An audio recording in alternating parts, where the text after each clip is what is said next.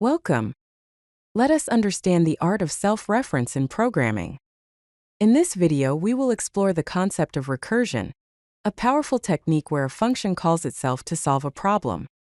Let us begin. Recursion is a programming technique where a function calls itself to solve a smaller instance of the same problem. A recursive solution requires a base case, which is a condition to stop the recursion, and a recursive case, which is the self-reference with a smaller problem. It is important to identify the base case to avoid indefinite function calls. Let us look at the structure of a recursive function. Consider this example of a factorial function.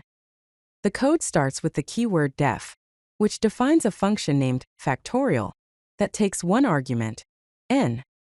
The code then checks if n is less than or equal to 1. This is the base case. If the base case is true, the function will return 1.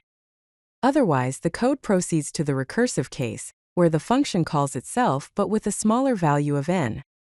Each recursive call reduces the problem size until reaching the base case.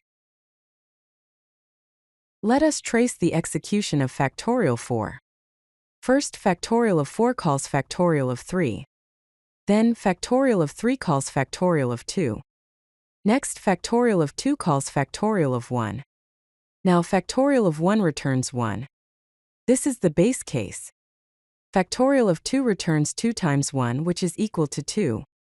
Factorial of 3 returns 3 times 2, which is equal to 6. Finally, factorial of 4 returns 4 times 6, which is equal to 24. The call stack is a data structure that stores information about active function calls. For each recursive call, a new frame is pushed onto the stack. Local variables are stored in that frame. When the function completes, its frame is popped. A stack overflow occurs when recursion doesn't reach its base case, and the call stack exceeds its memory limit. Let us look at an example of Fibonacci sequence.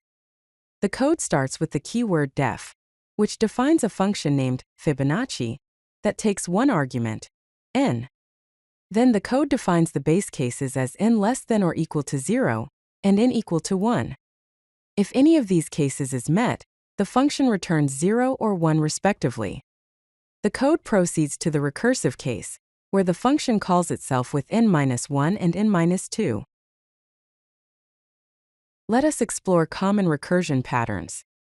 Linear recursion is when each function call makes one recursive call, and the call chain forms a straight line. Binary recursion is when each function call makes two recursive calls, creating a binary tree of calls. Tail recursion is when the recursive call is the last operation in the function and can be optimized by some compilers. Mutual recursion is when two or more functions call each other in a circular manner. Recursion has its advantages and disadvantages. It is advantageous when dealing with tree-like data structures, problems that can be divided into similar subproblems, searching algorithms and mathematical definitions that are recursive in nature. However, we need to be cautious of deep recursion that might cause stack overflow, problems with repeated calculations, time-critical applications where stack overhead matters, and simple iterations that could use loops instead. If you like this video, hit that like button and don't forget to subscribe. Visit codelucky.com for more such useful content.